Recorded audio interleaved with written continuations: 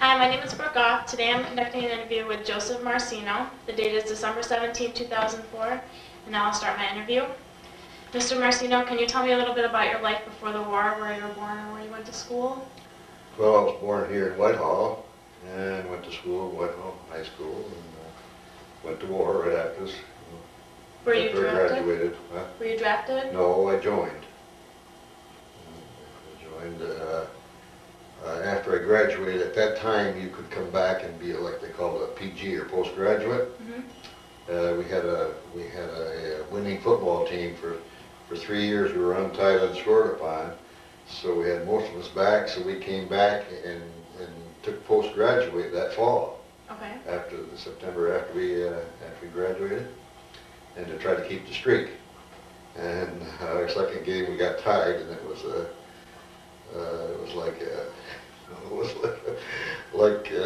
like death, you know, to get tied after all that time. But nevertheless, that's what happened. And then right after, we took like typing and shorthand and those kind of courses, and you had to take enough credits in order to be fully matriculated. And then as soon as football was over, we quit school and we joined the Marines. Oh. How did your family feel upon you going into the war? Well, at that time, it was like, you know, really not knowing anything. So it was something I kind of made the decision myself, and in those times, we didn't, you didn't consult your parents or you say, okay, can I go, or that kind of thing. We just went, and my brother got drafted before that time, and I said, okay, once we finish football, then I want to go. And so we just went over to Rutland and signed up, and we were gone. Do you remember what you were doing on December 7, 1941? No, I don't. No, I can't picture it all. It was the junior year. And the junior year, we played football, and we had a good, successful season, and so I can't recall that. Pearl Harbor? When you heard about Pearl Harbor? Pearl Harbor, yeah, well, that was the incident. Hearing about that sort of affected my desire to say, okay, I've got to go. You know, the Japanese did something to us, and we've got to go and retaliate. We've got to get even with them. That type of attitude. So were you kind of happy when you got stationed in Iwo Jima? I mean, just being on the Pacific? Well, I had no control over where we went. At that time, all the recruits, all the people who joined went to Parris Island, North Carolina, to do your recruit training. And so you had no choices. You went through boot camp, it was called at that time. And after boot camp, then you were sent someplace and you didn't know where you were going. But we went to Camp Lejeune, which was a training school for different aspects of combat. And one was, I didn't know that I was going into the tank. I was in the tank corps. Okay. And I didn't know that I was going into the tank corps. But that was the first step, is learning the Morse code. So we went to Camp Lejeune. We come out of boot camp, and then we got separated. Whoever you were in boot camp, you know, some went here, some went there, some went. So I was programmed to go to school, learn the Morse code, and then after that time, it was like school. You graduated. You had to get a certain score, and you graduated saying, okay, you were able to handle the Morse code, and you could do it. See, and unbeknownst to me, this was a step where they were placing me. I didn't know where I was going. Oh, okay. You see, so the next step was send us to, while we're getting programmed, they sent us to a place in San Francisco just to be on duty for. It was like you were like a policeman. You were staying guard at this radar camp outside the city of San Francisco. And you stayed at the YMCA and so on, while they're doing things and collecting people and deciding where people are going to go. which we didn't know. See, at that time, I didn't know. I loved it. It was nice because we just worked 8 hours, and then we could stay at the YMCA, we could work out, we could do things, and it was nice. And we were there 2 months. And then we went to the tank school over there in San Diego. Can you tell me a little bit about the tank school? Well, at that time, they were light tanks. See, we had light tanks and medium tanks. And so you learn the basic training and operation of a light tank. So, and the decorum around it. You know, how to get in the tank, how to start it, and then you go to an area outside of we were in Olive Grove in South San Diego, and that's where the tank company was. Okay. Tank training school. And again, not knowing anything about what we're doing, we just we're in it. So you learn this, you learn that, and so on. See, and we didn't know anything about medium tanks. We learned how to run the light tanks, and they were diesel. At that time, they were diesel tanks, and they had 2 motors. And there was a lot of problem with them because it was like a beginning stage of the tank system, and not knowing, you know, where we could go, that the light tanks would be a key factor. See, so they had a lot of problem in synchronizing the 2 motors, the clutches and the accelerators and so forth. So you had those kind of mechanical problems, but you know, in the meantime, you were doing how to operate the tank, how to kind of terrain, how to go in and out, how to shoot, all those types of things about the tank. So let's see, I'm not sure now exactly how much time we spent there, but it was rough. It was like we were outside, you know, in tents, and it was cold. It was in the wintertime. And so you come in at night and you're covered with dust. So being out, you know, training area. And, did you have a favorite kind of tank that you like to operate? favorite tank? Yeah. Well, no. All the light tanks were basically the same. I can't even remember the name of the tank, but at that time there was no names. You were going to school to learn how to operate a tank, and basically you had the same tank. So every morning you get up and you had to go to the same tank and start it. Those tanks started with a shotgun. We talk about a gun. You put a shotgun shell in the thing and shoot it, and that was that was the ignition. So there were problems around that. But you see, in the meantime, we were all involved on learning how to operate the tank in different types of terrain, how to synchronize. There was a big gun and a machine gun alongside the big gun that we call a coaxial gun that operated the same way. So your sights would be for the main gun, and the machine gun would be alongside of it. So a lot of times you would, if you're not sure of what your target was, you would use a few machine gun shells to locate your target, you see, and then once you got the target, then you put the big gun on. That's the process. So learning that by yourself. That's hard. Right, see, No. you had to learn that by yourself. And then from there, we went to medium tanks. So, and that's we were kind of a medium tank.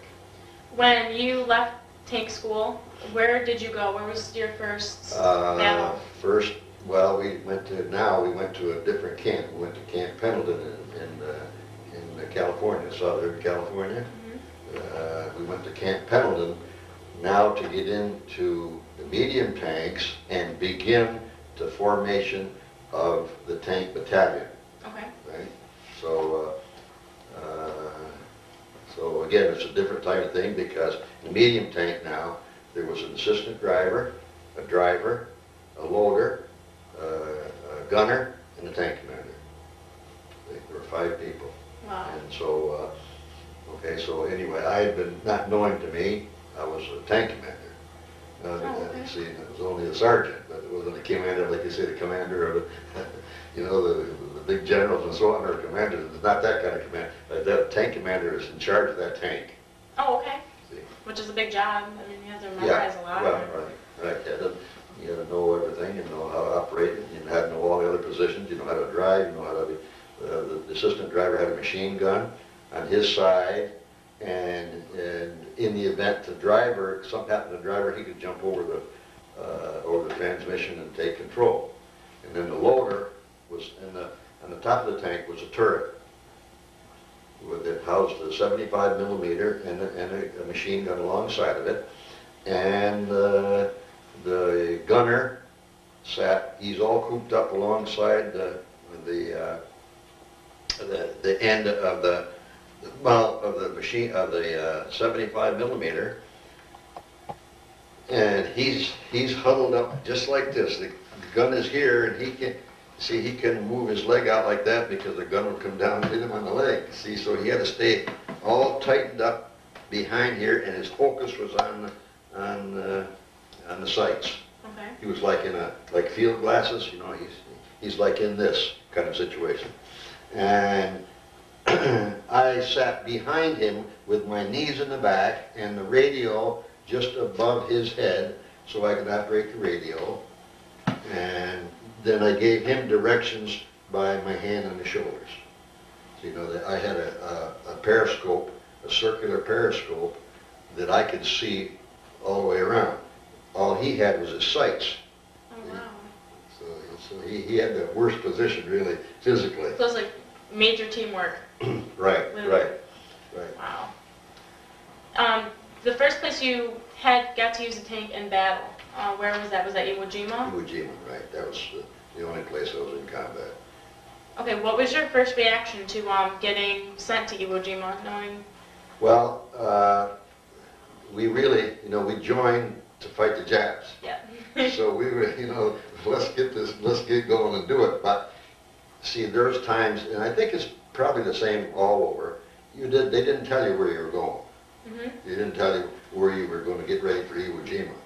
See, the upper echelon knew, but see, everybody below them are being trained to their specific engineers, artillerymen, and so on, are all trained so that when ready for combat, they all come together.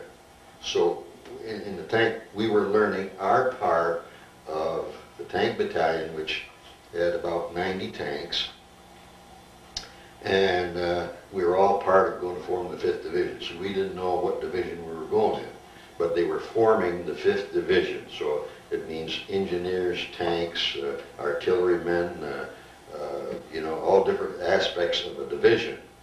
And so when we were preparing, we didn't know where we were going.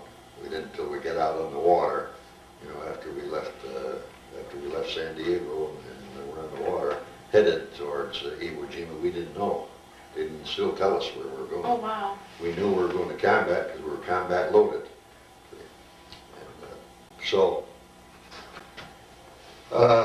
But they had, at that time, they had a woman called Tokyo Rose, a Japanese, who was like an informant.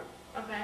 She'd come on the radio at night, see, and shortwave radio. We know Marines, we know where you're going. They're ready for you. You're going to get it. You know, all that kind of stuff. Oh, wow. Oh yeah, Tokyo Rose. She'd come on us every night, and we'd listen to her. So that was our only contact. Then after we were almost there, then we knew where we were going to go. Did any of your friends accompany you to Iwo Jima? Like anyone from the schools or anything, or were you just in a group of pretty much strangers? No, I was the only one from this area. Oh, wow. Most of the guys, the driver of my tank was from Mississippi. The assistant driver is California. The loader was Iowa, and the gunner was Michigan. See, those were. Oh, so you were very spread out. So we trained together, but our origin were all from different parts of the country. Now, Iwo Jima, from what I've read and I've learned in high school, the Japanese had a devised plan, pretty much hiding in holes and just shooting. Now, were you among one of the first flights to get to Iwo Jima, or was the fighting going on for a while before you got there? Well, what they usually did for the islands, they would bomb it so many days prior to landing. Okay. And, you know, soften it up, so to speak, and kind of give, you know, try to knock out gun emplacements and whatever they could do. So again, we didn't know that, but after we're on the island, and, you know, later on when there was time, they said, you know, it was bombed like 69 days before we landed. But ordinarily, that would like wipe out everything, but see, the Japanese were underground. And you guys, no one had any No, clue? we had no idea what was happening, where we were. And the landing, we were prepared for a usual landing, but we didn't get that. Oh, so you were among one of the first? Right. Oh, wow, okay. I was in the 6th wave. Oh, wow. See, what happens on the morning of the landing, prior to daylight, the waves, each wave going into landing is made up of so many tanks, so many infantry, so on. And you're in a landing type boat that would, I can't think of what goes down. When you hit there, it goes down and you can drive your tank right off on the shore. Anyway, all those tanks, for instance, the first wave, all those boats in the first wave are going in a circle. Okay. All the second wave are going in another circle. All the third wave is going in another circle. The fourth wave, they're going in a circle. And when you get the signal to go, you know, then you open up and you attack the shore in a line. Oh, wow. Okay. So I was in the 6th wave. Can you tell me your first impression of Iwo Jima when you saw it? I mean, looking completely uninhabited. You couldn't really see too much because there's so much shooting and so much gun smoke.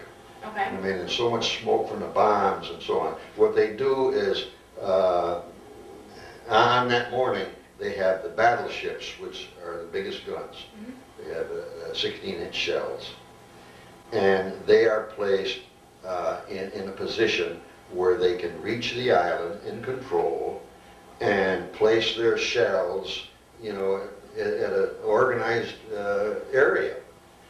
For instance, it's too bad, I have a map, but anyway, the whole island is drawn up with grids. Okay. Like, you know, like a graph.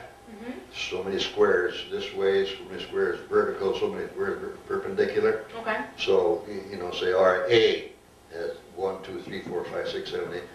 And so the people in the battleships are coordinated with the people, other people who are doing the shooting, and they have that same map with the grids on it, so that, okay, there's a gun emplacement at A32. And so you look on the map and say A32, and now you can focus your sights on A32. And what they have is now the battleships have what they call a point on the island that communicates with the ship, all right? And see, they can find out where, okay, there's a gun emplacement at upper corner A32, and the battleship will get focused in on that, and they'll put one shell in there and say, oh, you got to go up so many degrees, down so many degrees. Wow. Okay. So there are quite a few shots before they actually... Well, two, really. It takes the first shot, they see, well, unless it's far away, but they're pretty focused. I'll tell you maybe we're getting away from this. No, this is fine. You can... Okay, but about the 3rd or 4th day, we were in a real hot spot. We went across, our outfit went across the island and then up the other side. And that was our position. So outfits went across and up the middle, across and up the other side. And see, it was all organized, so you had a plan. So ours was to go across the island and then go up the other side. Well, we got to this valley. There was a big gun the Japanese had in the side of the mountain, opposite the valley, in like a cliff. Okay. Okay, and the door of their gun emplacement was made out of stone. First of all, getting back to something, see, Iwo Jima was built like with a pick and shovel. It was all hand dug, see, everything was done by hand. And they said it had taken at least 50 years for them to do all the work that they had done. Well, anyway, they had this gun emplacement in the side of the mountain with the door was like the side of the mountain. And it would go up like a garage door, and the big gun would come out, see, and boom, drop it, shoot its shell, and then on a recoil, come back in, and then the door would drop. Was it timed, or, I mean? Oh yeah, like on the recoil, see, and it was a real big gun, and it was so big that they couldn't shoot close, see, such a big gun that they couldn't shoot close to the area in front of them. Okay. See, Yep. so they were, you know, they were kind of experimenting a little bit. But anyway, to show you, going back to the thing about the battleships and the point. In other words, the point, they knew this was happening, but they couldn't locate it because of how secret it was. You know, with the stone door coming down, see, the shot. Unless you're right there and seeing that, you have a hard time picking up where that shell was coming from. Okay. So this point, the guy that was assigned to that ship, he found that, he saw that, and he called back the usual way and said, okay, he gave him the points to shoot, and they put one shell in there, and then he said, okay, just this and just this, and then they timed it so when the door opened, the shell in right away, boom. Oh wow. Blew the whole thing. That's how accurate it was. That's awesome. Yeah, During the attack on Iwo Jima, do you remember yourself coming upon any of the caves that were dug out by the Japanese? Well, I was in a tank course, so didn't have access to it, but could see. You could see. Could see the things. Now, what happened is, see, we made our foxholes on the ground, dig a hole in the ground, maybe 2 feet deep, so we could lay in it. The Japanese dug their holes vertically, and they put a stone on top of the hole. So that, okay, so when the infantry passed by, they pushed the stone up, take a shot, drop the stone, and so they had a hard time identifying, locating those kind of people. So what we were doing after a while is we were blowing up stones because, you know, we didn't know. So any size stones, give my gunner, you know, I could see pretty much, so I'd bring him around and boom, we were shooting at those big stones because that's all you really can. We went ahead of the infantry. See, the tanks went ahead and tried to hit the spots that could be tough for the infantry. Mm-hmm. You know, pillboxes. Their tanks couldn't compete with our tanks, so they used their tank as a pillbox. They stationed it, buried it partway in the ground, and used the gun as artillery. Wow. So they found, okay, that they couldn't compete with us, so any of those we come across, we'd blow them up. Our 75 millimeter shell would knock that tank out. Did you at all fear about the Japanese, like their strategy, their kill until death, never surrender method? Well, we didn't fear it in a way. We call them, for us, we call them suitcase Charlies. They carry like a small suitcase loaded with nitroglycerin, and they'd run at the tank and blow themselves up. So we trained to go abreast. See, one tank here, one tank, to go abreast. But we couldn't do that because these suitcase Charlies, we couldn't get to them. See? So what we did, we had to go in a line now. So one tank would go, and then the other tank would go behind him and protect him on either side because the gun could only go down 9 degrees. Japanese knew that. So if they got underneath that gun, nobody could get them. Okay. So the tank behind, so the tanks now went in pairs. One tank go, and then the second tank behind him to protect that first tank. You look either side. Okay. Iwo Jima, staying on that, can you tell me some of the most memorable moments you have? Maybe just things that stick with you? Different episodes that may have happened? On the island? Yeah. Well, of course, the first one was the flag raising. You know, the historic monument? Yep.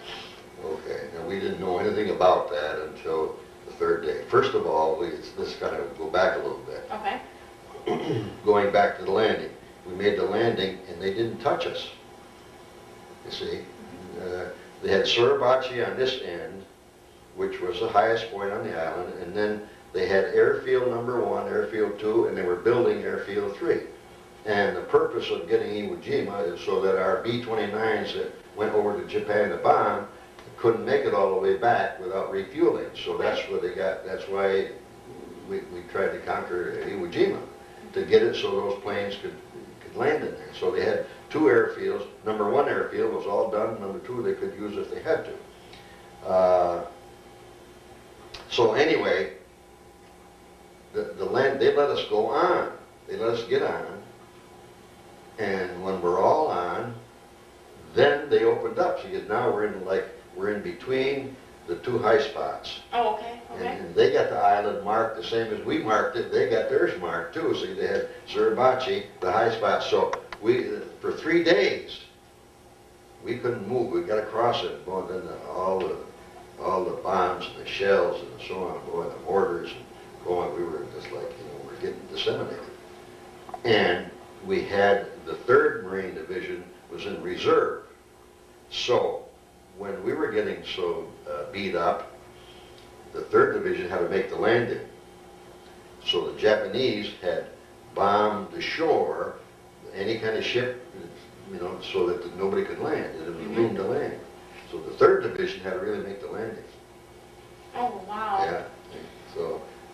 So like, for instance, to give you some idea of how bad it was, a company of infantry, probably somewhere between 250, 300 men. After the 3 days of that constant battering shell, there were like maybe 15, 16, 18 guys left out of that number. So we had, see, on the back of the tank we had a telephone.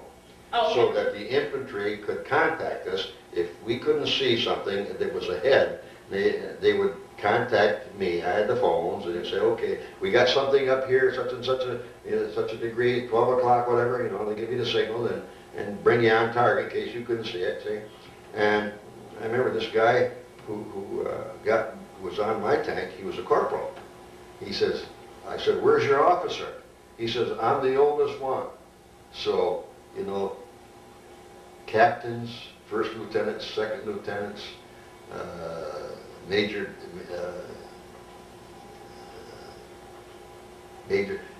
drill sergeants and so on, all those that were above him, they're all knocked out, all killed. He was a sophomore in charge of and there was only 16 of us left. And he was the elder one, so he was a corporal. So, see, that's how bad it was. What is it like? I mean, like being in a tank. I mean, the Japanese, from what I've seen and read in books and stuff, I mean, they had mines, like, huge, just waiting for these tanks to just come along. Them, I mean, just sticking even out of the ground. I mean, what is it? Okay, they knew that too, see. So we didn't really hit any mines until after we moved from this dead spot, it was after the 3rd day. Okay. So when we saw that flag go up, boy, oh boy, at least we're not getting any shell from Suribachi. Now, the Suribachi was a hollowed out volcano. And they had made elevator shafts dug by hand, pick and shovel. You can see the pick and shovel marks in the side of the mountain. And and they had what they call blocking falls, a platform, and they pulled each other and they fed the gun emplacements by hand. Oh, wow. The shells up and down. See, so we had flamethrowers from our tanks. Each company had one flamethrower. So the flamethrowers, they brought the flamethrowers up, and they would, where the infantry couldn't get to them. A lot of times it was so steep that the infantry couldn't climb up, and of course they were all down, and all the gun emplacements were on top. So the infantry had a hard time. They really almost wiped out that first 3 days. But then after that time, once we conquered Suribachi, and once the flag went up, then and that means, hey, now we're in charge. we had control of that Suribachi and the high spot. So it's a now big relief. So now with a big relief, right? And then, so, okay. On your survey, you said that on the most memorable experiences, you said something about Japanese customs. Here, you said some Japanese customs.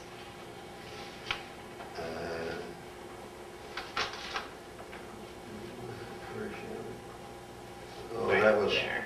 oh, that we, You came across oh, wow, okay, that's from, we did make a landing in Japan. Okay. We gonna leave Iwo Jima now? Yeah. Oh, yes. Okay. Okay. Sorry. Yeah. Okay, so, anyway, we went through that experience, lost so many tanks and so on, and they had a ceremony before we left the island. Can you go in a little bit of depth about that for me? Just Ceremony, a little bit okay. about it. The cemetery where they buried it was like a bulldozer dug trenches, parallel trenches, and you have a set of dog tags when after you go from the boot camp, it's marked your serial number and so on. Okay. Now when you got killed, they take the dog tags and place you. It was a planned thing in these. They just lay the bodies down, parallel in the hole, and then they pull the bulldozer and pulled up. But every so many feet where they had the bodies, they would mark it so a parent could find where their son was, by the dog tags. So anyway, before we left the island, they brought us to that cemetery, and they had the ceremony and so on. And so there was a lot over, there were almost like 4,000 people buried there. Where did you go from Iwo Jima?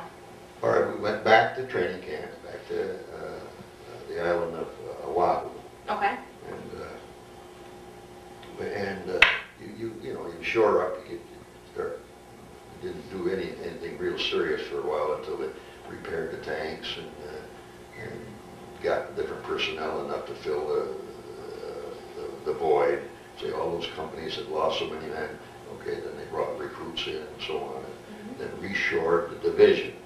And so then we began training again in the valley of the Mauna Loa volcano. You might have heard that in Hawaii. We had a big area there, and that was our training base. Then gradually, little by little, they began getting us ready for the landing on Japan, which we didn't know where we were going. Oh, okay.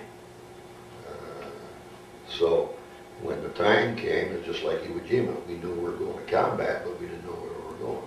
And we were headed for Japan.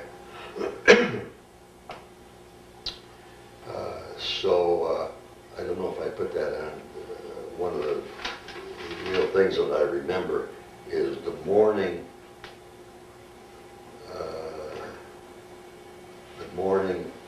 that they signed the armistice. Yep, you put that on here. Right. Yep, the signing of the armistice, the massive invasion force on the morning of the signing of the armistice. Oh, okay. What a sight that was. In the morning when daylight come, you couldn't see a place on the ocean. It wasn't a ship, just full with all ships, massive. A lot more than Iwo Jima. See, and so at that time, of course, now we had some inkling that we were going to make a landing in Japan, and so we were in that position with ships as far as the horizon. You could see the ocean was just full of destroyers, battleships, cruisers, landing craft, everything. So. And you were there. We were in there. Wow. We were there. Yeah. And Hiroshima and Nagasaki, were you there? Were you in either of those places? We went past those. Okay. We went by those to where we landed would be Sasebo, was a submarine base just north of Nagasaki. And we thank God that they ended the war, because we would have got the channel going into where we were going was an S-shaped channel to the submarine base Sasebo. And they had gun emplacements all along the mountains on both sides of that channel. And we'd have got blown to smithereens. So, you know, that was something, but again, in the mountain, in Sasebo, they had submarines built in the mountain, dug the mountain out with pick and shovel. And there's these submarines, they're inside the thing. Oh my God. See, about the time to get ready, see, I mean, see, the Japanese had been way ahead of time in getting ready. So you went through this after we dropped the bombs on Harrisburg? Yeah. What were... And then Sasebo was close. Okay. And see, we went into what we call disarm the Japanese, whoever was left. But after they dropped the atom bombs, anybody who survived went up into the mountains. So when we landed at Sasebo, there was nobody around. What was, I mean, what... But the place was level, something that you could not imagine.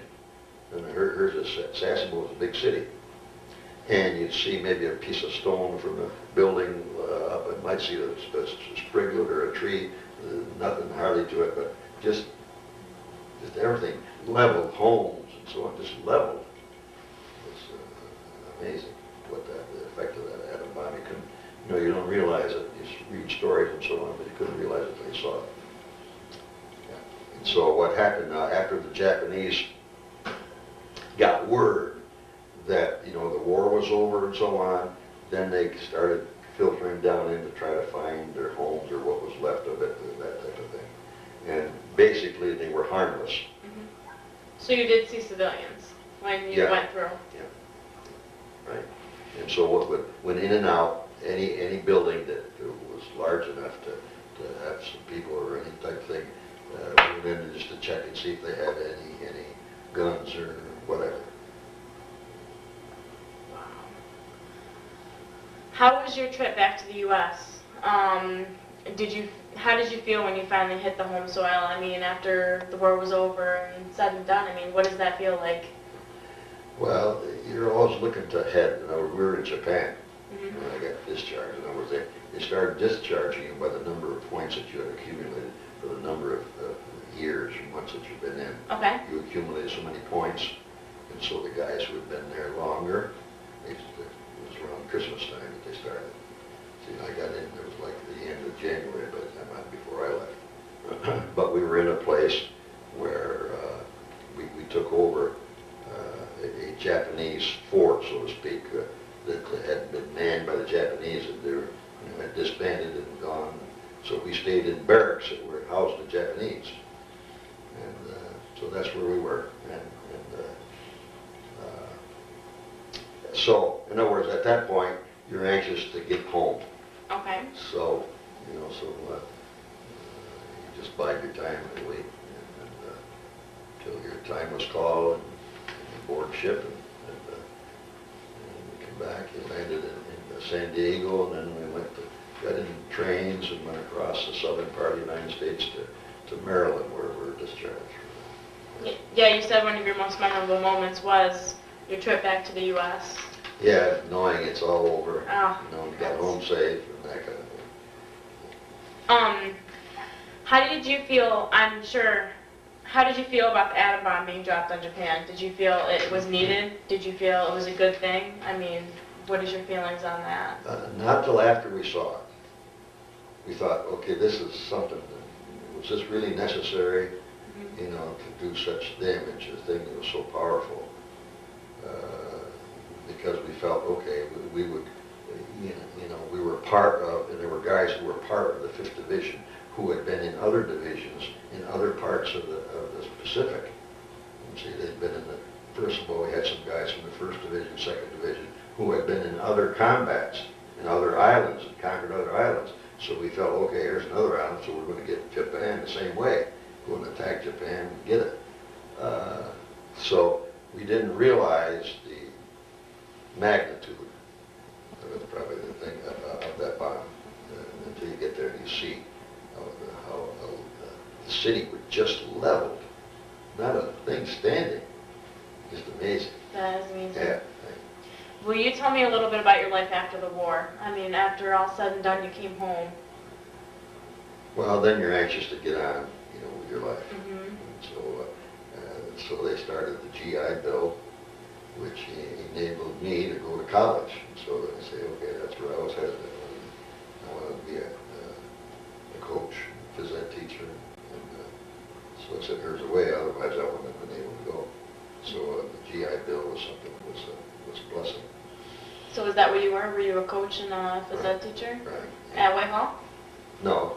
I went to Long Island. Most of my class graduated. We're all from Long Island. Again, see, I was the only one from up this way, so I kind of went, hey, this guy went here, this guy went here. You know, I got interviewed at several high schools, but I picked the one that went down in Long Island. Okay, today, do you find it hard to watch documentaries on the war? No, I don't. There was a time when I couldn't. Okay. The time when, and I'm not sure that time looking back, but the years following the war, I was unable to do that because of dreams. You wake up at night with dreams, uncontrolled dreams. Really? What's happening, what happened, and so on. It took a while, but nevertheless, see, now you're engrossed in a way of life. Now you're engrossed in learning how to be a coach and a phys ed teacher, and where you're going, getting located, and that kind of stuff, and have a home, and raise a family, and all that kind of thing. Mm-hmm. Today, are you a part of any of the veteran organizations locally? But American Legion. Okay. And just a couple more questions for you. What would you tell the young people of the world to prevent them from regarding World War II as ancient history? Well, I think it would be important for them to know how it happened, what happened, and why. See, most of the things that happened, we didn't know why. In other words, there was a plan behind Pearl Harbor. See, we didn't know until this, about 2 winters ago, before we really knew what, why Pearl Harbor happened and what happened. So I think it's important for people to know what happened, how it happened, and why. See, in other words, we went away knowing, okay, we're going to defend America. We're going to, all we knew about what America was citizenship was, and say, okay, we're really defending America, because they had us to a point where we really wanted to kill the Japs. Oh, really? Right. Okay. See, because the Japanese did such a dastardly thing in Pearl Harbor. We were saying, okay, we got to get even with them.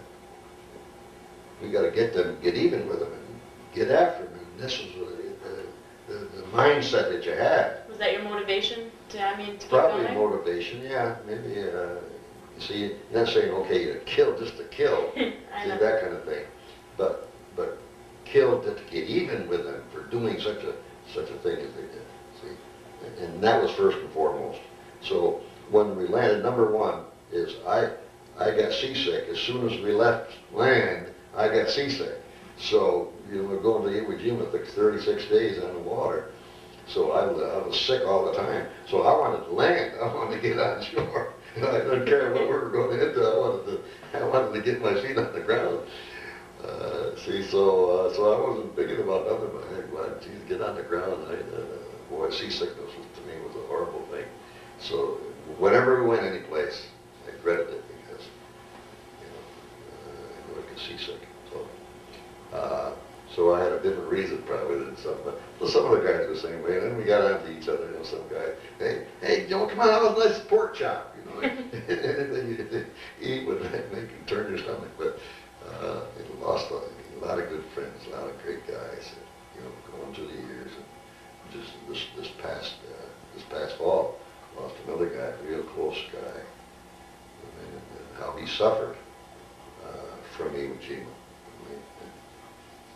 I saw him get blown out of a tank, and never knew that he survived until we had to St. Louis.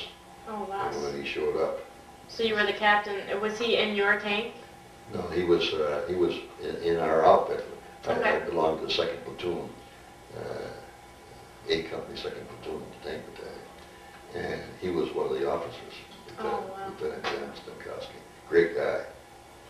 Great guy. That's he amazing. got blown out of his tank. Survived through that. He got blown out of his tank, helping me, because what happened is going back to that hot spot where that big gun was and got blown up. Mm-hmm. Well, okay, one of the tank commanders lost his cool, and when the colonel gave us a signal, we've got to get out of here, because we were getting blown up, and so the heavy shell and so on, and the infantry was getting blown up, and so we've got to get out of here. So now you flick your switch on, so you talk to your own crew members. You have a switch on the radio, so you talk outside other tanks, or you talk inside your crew. See? Well, this guy panicked, and he flicked the switch on outside, and he's giving commands to his driver. Back right, back left, back left. See, and my driver is listening to that. I can't get through to my driver because he's on the air. And the same with other tanks. So this is where this lieutenant got bombed, because my driver, we backed into a shell hole. Oh, wow. And we got down in the shell hole, and boy, the tank was embedded down, and we couldn't move. So right away, as soon as we're still, the mortars and things are flying, they're coming like hard. Well, this Lieutenant Stankowski, the usual rescue operation was the tank, one of the tanks would come up behind you, drop their escape hatch on the assistant driver's side, and you crawl underneath your tank and up into his tank, and they take you away. Mm-hmm.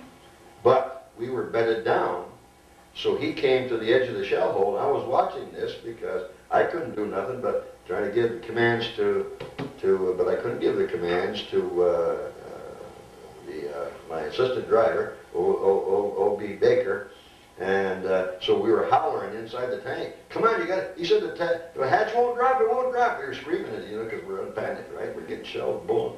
And he said, it won't drop, it won't drop. You got to dig. You got to dig. Nobody can go till he goes. You see, the escape hatch is underneath the feet of the assistant driver. Mm-hmm. So the rest of us can't go till he goes. And then the driver can't go till he goes. So he goes, then the driver goes, then the loader goes, then the tank commander goes, then the gunner is the last one out. You have to go in that order. Okay. So, in the meantime, here's this other tank waiting still on the shell, on the top of the shell hole, and he's a dead pigeon because now the shells are hitting him. You see, because he's not moving. So they focus right on him, and a shell hit him and blew his tank up, and he come flying out of the hatch, out of his hatch, and he had the wires around his helmet for the radio. We had a helmet like a football helmet, both lines in it for your radio, and he goes flying through the air, and these wires from his helmet, we had shells or spikes welded to the top of the hatches, so the mortars wouldn't blow them in. Okay. See, there's some room for the explosion to take place. Otherwise, the mortar would blow the shell, blow the hatch in. Okay. So, anyway, so he's flying through the air, and his lines are hooking around, and I just saw it like it was yesterday. They're hooking around those spikes, and now he's suspended on the side of his tank. He can't drop. And going and they're shooting and shelling. That's amazing that you survived through that. Yeah, that's right. That's right. See, Oh, so wow. I didn't see him and nothing until, most of us until the 50th reunion when he showed up.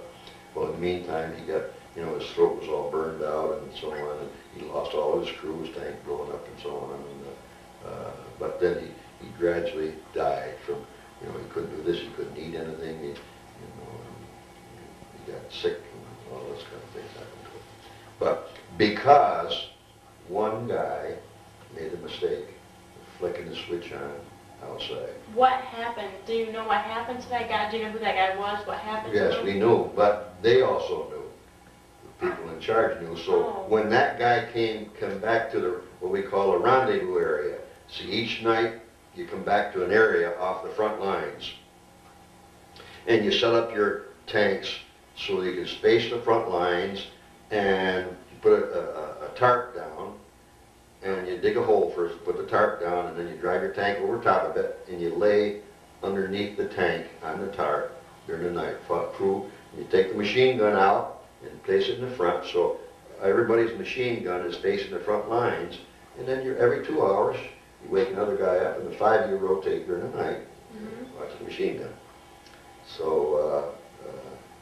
So anyway, they knew what had happened, so when he got back to the rendezvous area, they shipped him right out to the hospital ship because he would have got killed. Everybody was, boy, he knew who it was. That's awful. Yeah, right, Oh, see, yeah. mistake. It cost lots of lives.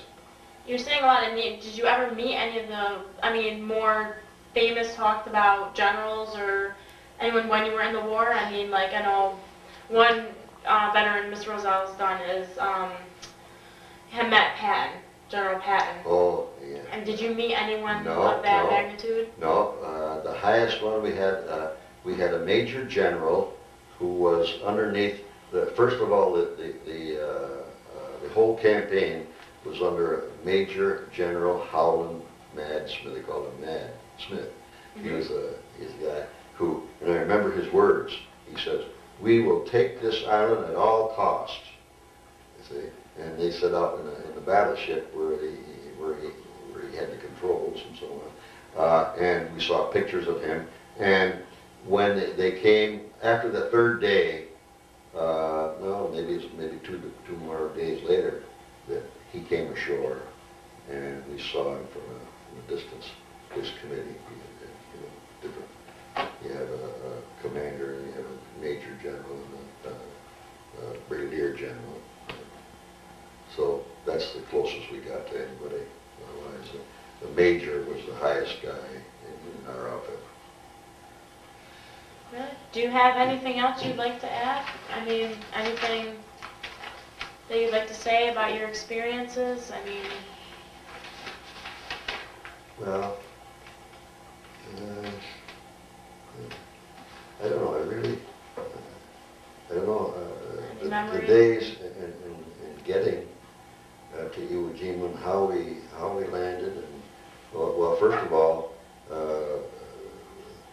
the tanks land in about 3 feet of water.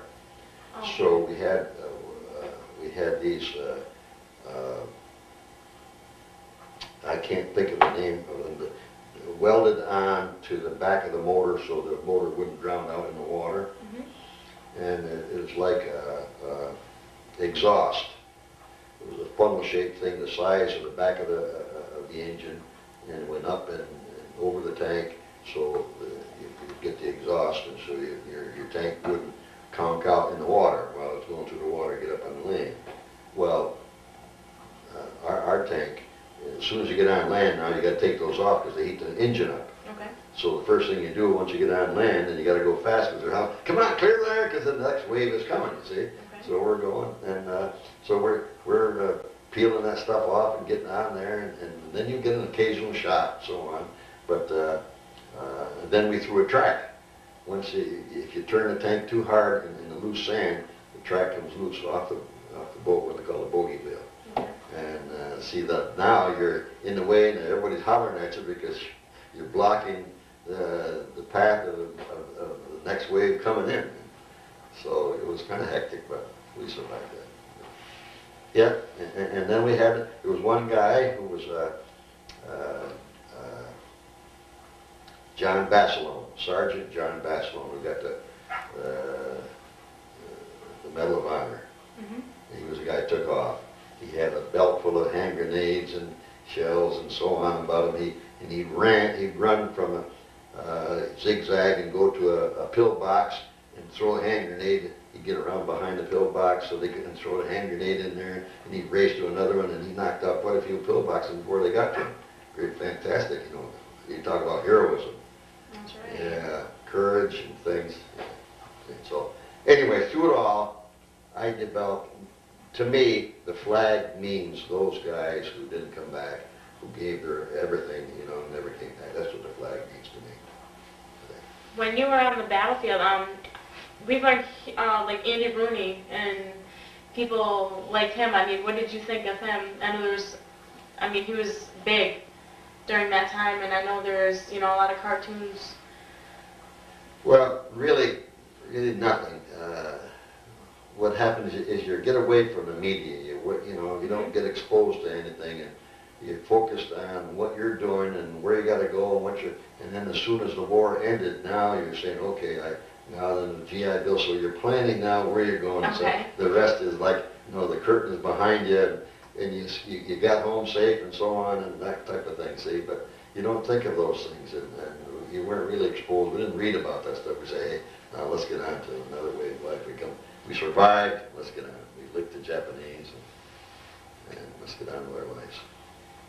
What was your favorite aspect of the war? I mean, what was your favorite feeling, favorite thrill, favorite anything during the war? I mean, I know war's not one thing, but I mean...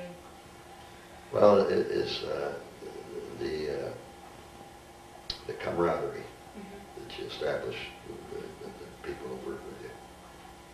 That's, you know, that's, I mean, guys who pitch and gave their lives, would give their lives to, you know. So that, and so we're fortunate, we had a close group, and we stayed in touch. Even through the years? Yeah. Oh, that's very cool. Stayed in touch. So like I say, you know, each year, well, it's been 2 years since we gradually lose them. But anyway, that's the thing that you,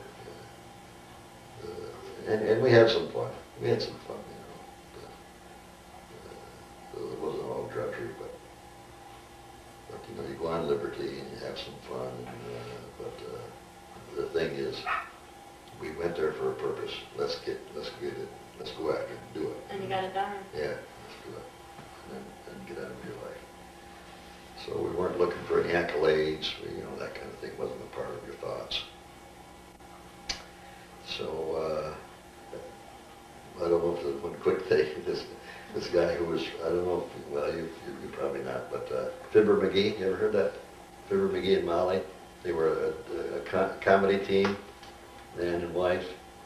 Okay, they were from Illinois, Peoria, Illinois. And we had a guy in our outfit, was from Peoria, who knew them. Oh, wow, okay. Yeah, and see, he was a comic just like they were, you know. He's a guy who always make you laugh, see. And we had this place outside of Camp Pendleton where we used to get all the chicken you could eat for $1.75. And see, we'd go in there, we'd go in on Friday nights with Liberty, and a whole bunch of us ate, you know, 7, 8, we wouldn't eat all day Friday. And we'd go to the Twin Roosters Inn, I'll never forget that. 2 big roosters that sat on these colonnades, and you walk up the steps, and they bring in these old trays loaded with Southern fried chicken. And boy, they just keep, and they used to hate to see us come, because we didn't know where to go. Well, anyway, this guy, one night, in collecting the money, this guy put pennies in a stocking. You see, he said, like the old gold rush, you know, you see the pictures of the old gold rush, they put the bag of gold on the table, and all that kind of thing. They had to count 175 pennies. He put when they come collecting money, he put the bag of pennies on there. Son of a gun. Yeah. And they had a laugh about it, but he said, oh, they crow. But that was something. Yeah. Yeah, I mean, from what we've read, I've learned about a lot of comedians and different things just of the war to kind of keep, you know, American spirits high and stuff like Ernie Pyle. Oh, you're right. What did you think of him? Well, Just start. where were we? The planes and Oh yeah, yep. the coordination of the planes and the tanks and so on. Okay, as we moved towards the end of the island, now here's a couple of things that are of interest. You know, you never realize the magnitude of how the time it took and the effort it took the Japanese to establish the Iwo Jima.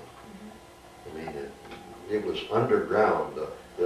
First of all, they told us, okay, the island is about 8 miles long and maybe the most 5 miles wide. And we should be in there 3 or 4 or 5 days, but we ought to be out of there by 8 days. We should have it all done by 8 days. So we figured this is nothing, you know what I'm saying? and with all the bombings that they had, but see, the bombings didn't do anything because they just stayed underground.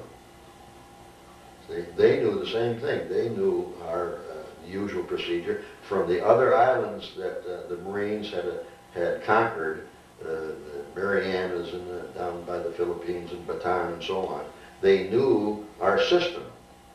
So, Iwo Jima was sort of a fortress. So they had, let's say, probably 20,000 personnel on there, and the whole island was like a spider web underneath, all dug out by hand, tunnels and pathways and crossways, and so they ran underground and come up to some other place and so on. But as we got down to the farther end of the island, when we knew now, hey, we were in control. Mm-hmm. We knocked out the big things and we were going. And the first thing we came to is this big. It was a hospital, number one, and ammunition dump underground. See? So we knew we shot Japanese, but we never saw them. They would drag the Japanese Hesse for a moral thing or a psychological thing. They dragged their bodies back, and so this big room had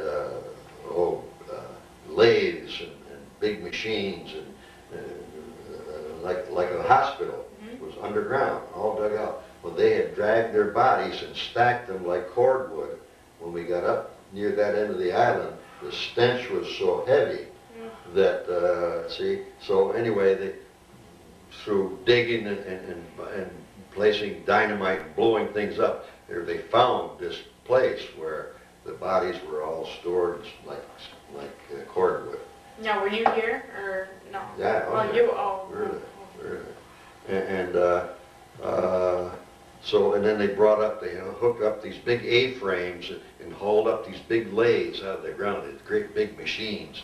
They got them up out of the ground and so on. And so that was a key turning point. And then at that time, or just before and just after that time, they called upon our airplanes to strafe the area because there was a sort of a clearing between the front lines just before this underground hospital and machine shop was located.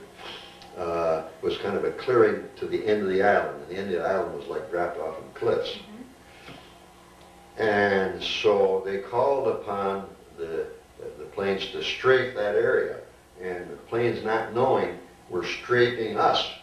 See, like you say, coordination between the planes and the tanks and the infantry below. See, so they had a hard time with that. That killed a lot of our own people until they got message to them. See, because they're flying straight from and going. Well, so we went past that area, and then at the end, going with the Japanese now, we talked about before about how they killed themselves, self-sacrifice.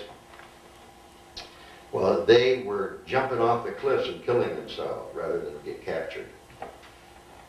So there's some place there's pictures. Somebody's got pictures of that. Oh. Yeah. We just learned about that actually. And I just read about that, how they would just run up to the cliff and just jump. Right. And they were one of the generals, I can't recall who it was, said, pretty much told all their soldiers before they even got into it, most likely you're gonna die. Just kill 10 Americans before you die, and you'll be doing your duty. And I mean, that's hard to deal with, Okay, see, so I'm not sure of the side. I think the west side, there was like a beach, maybe a quarter of a mile long, a beach area. And the Army first started landing a company. And they landed on that side because on the other side was difficult terrain to land where we landed before, blowing up ships and so on. So they landed on the beach area, and it was high enough where they set up 2 rows of tents. There was a company of Army people ready to take over when we left. And the Japanese come up underground and set up mortar and blew, oh God, they killed so many before they located them. And see, again, because, you know, they had known or nobody told them about what could happen. See? And also we talk about some humorous things, and maybe this is humor and maybe it isn't. But some of the infantry would started going down into those caves, and the dead Japanese, and take their gold teeth or their wristwatches, any jewelry from the Japanese, and so then one guy, there was a Japanese and a live Japanese, and cut off his hands at the wrist, just above the wrist. He was underneath there, and the guy reached down in the hole and he cut both of his hands off. Oh. Yeah, see, so the word got around. Hey, don't go into those holes. Don't go into those caves. See, now this was a volcanic island, so all along the top of the ground you'd see like little steam coming up because this volcanic ash was so hot and so on. We had K rations. First of all, we ate K rations, like a Cracker Jack box, had a can of cheese in it, a couple of crackers, and a vitamin D bar. Okay, now that's what we ate. All of it through it. But after we got through up the island where we got pretty well secured things, then they started giving us sea rations. You come in like a tuna fish can, a little smaller. They had some stuff, you know, whatever it had in it. You could just dig a hole in the sand, in the ash, and just cover it up. In about 5 minutes, blow it out, and it'd be hot. That's how they lived underground that way. They lived underground in that type of atmosphere. Wow. And when we got in Japan, the Japanese were great on their steam baths. And they don't have bathtubs. They have a room probably maybe half the size of this room, okay, all tiled like that. And the water in there you couldn't put your hand in there and hold it. And they're in there taking baths. That's crazy. That's right. Huh. Yeah. I'll go back to my other question. Ernie Pyle. I'll go back to that question. What did you think of? I mean, what did the soldiers think of them? I mean, he was pretty much making the Americans aware, you know, of what you guys were doing, you know. Right, and it's something that we didn't talk about much, and you get a casual thing. Oh, we thought that was a great thing. We thought, hey, the guy that would do that to get correspondence back to the country. But we didn't have any Ernie Pyle types. But there had to be some type of correspondence because the information they got back, you know. And so when you said before, you asked a question about how I felt when I saw these things on film or video or whatever, that you see things that you hadn't seen before. See, being in it, you didn't see it. But when you see it on film, I remember the first film was called Sands of Iwo Jima. And you look at that, and it was good so you could see what other things were going on that you didn't see when you were in there, when you were in combat. So that part was good. Now, the men coming back from the war, Rosie the Riveter, I mean, you know, being the working women and everything, I mean, what was it like to be, I mean, a man coming back from war knowing that the women pretty much took over the workforce? I mean, well, see, again, going back to what was said before, is that you're focused on one thing. See, I was focused on, hey, now you got to get going with your life. You got to, you know, go to college.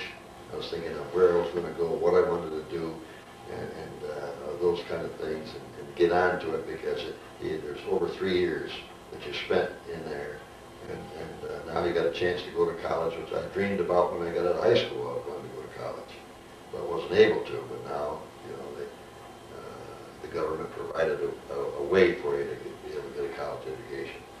So you're focused on, put that behind you and let's get on. So that was my immediate thought. Is that all you would like to add? I think so. I don't know if anything that I missed or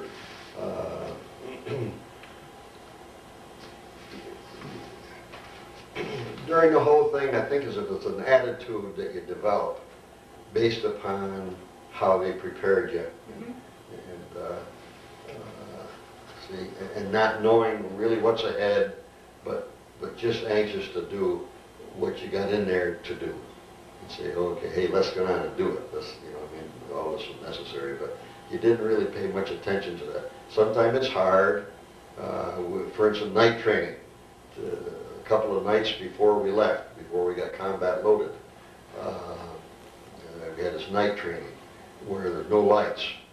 And you drive your tank they had a person with a cigarette. You see the cigarette light and you would go to the cigarette, and then you'd go, after you pass that one, you'd go to another one. And we missed, my tank, we missed the light someplace, and we were just going, and I would just, like uptight really, and say, stop the tank, stop the tank. And we got out and we stopped at the edge of the precipice.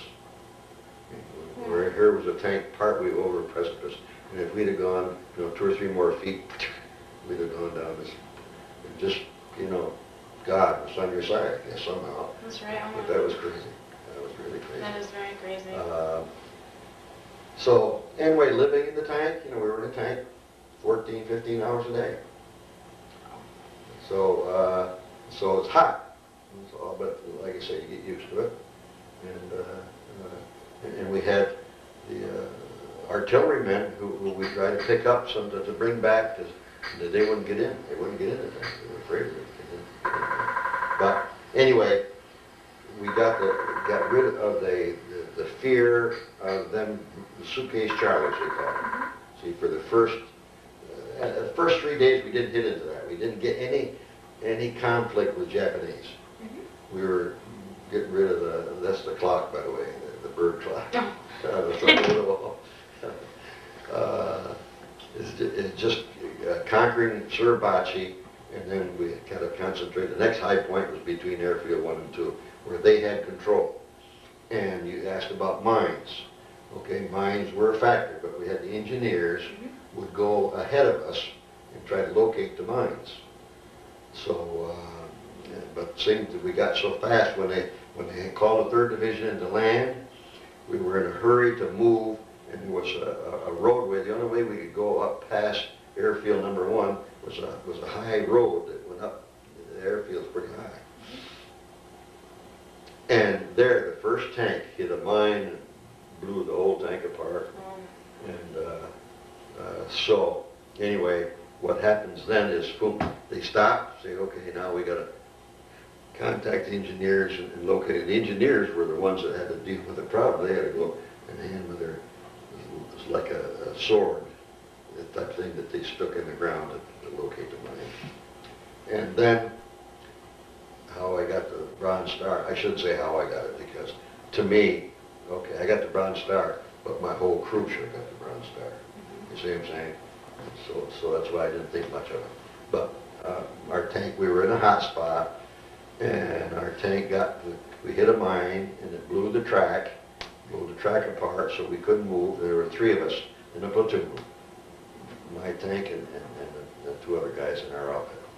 And behind us, there was a high spot where the sniper was in this hole, and I can see it like it was yesterday. He was a bloody mess. He had a bandage around his forehead and so on. He's bleeding all over. He'd come up, would take a shot, and drop back in the hole. And so now here we're sitting, and we're outside, and the gunner is staying inside the tank so he could, shoot if he had to. And so I was outside directing the crew and fixing.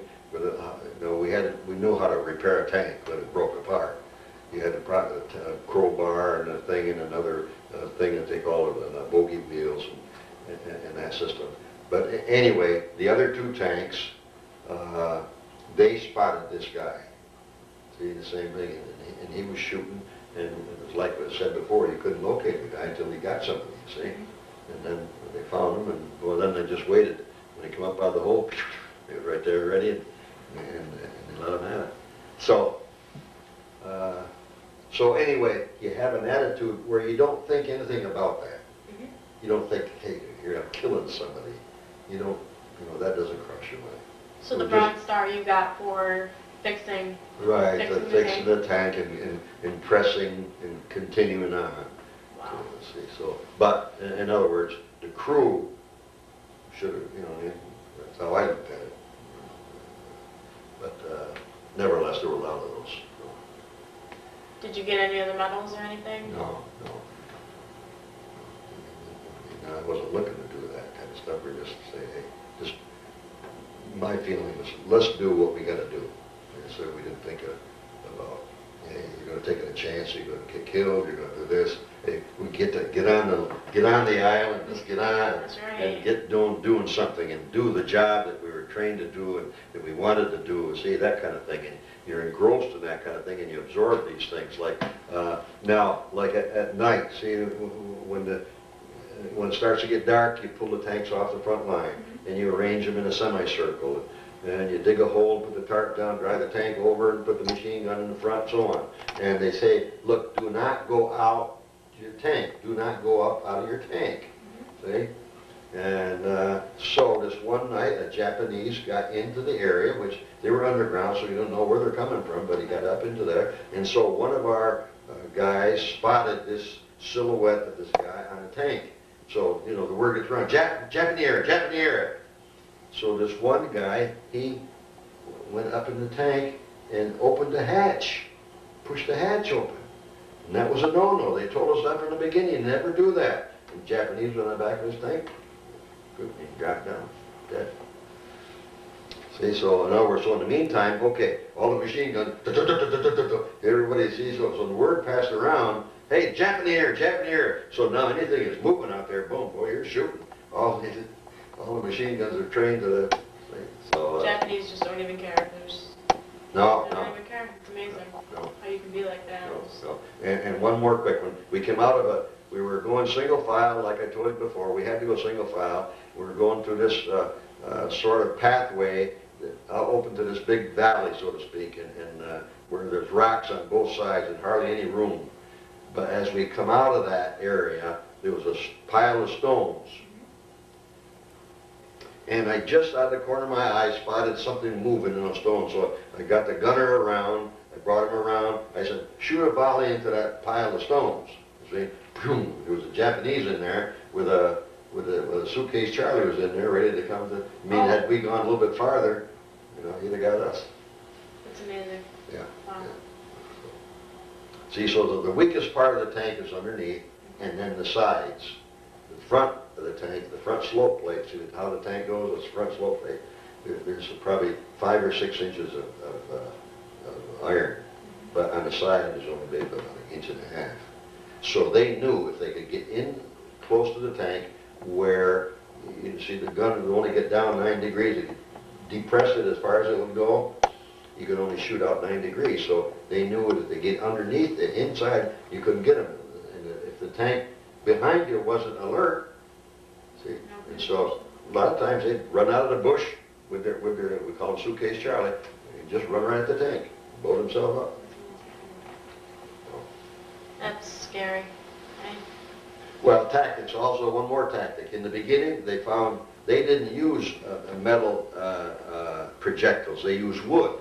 Because they found, okay, if they shoot you with wood, you're going to splinter, you won't die, and somebody's got to take care of you. So they would take, it would cause more people to be involved. So they found a lot of wooden projectiles in the beginning. So that was another thing. See, they were so-called ahead of us mechanically, or I don't know, military-wise or so on, in planning this thing. They had it well planned. And we were going in like I say, we knew, but maybe somebody else on top knew more than we did, you see. They had bombed it so many days, and they figured, hey, there's nothing on that island, there's nothing, you know. So they figured it's going to be a cakewalk to go in there. But see, the Japanese, it's unbelievable. Number one, that they could survive underground being so hot. Oh, yeah. For that long. Yeah. I mean, they were under there for quite a while. Right. Yeah. Well, I thank you for allowing me to interview you. Well, my pleasure. If you have nothing else to add, I can have Dave. Okay.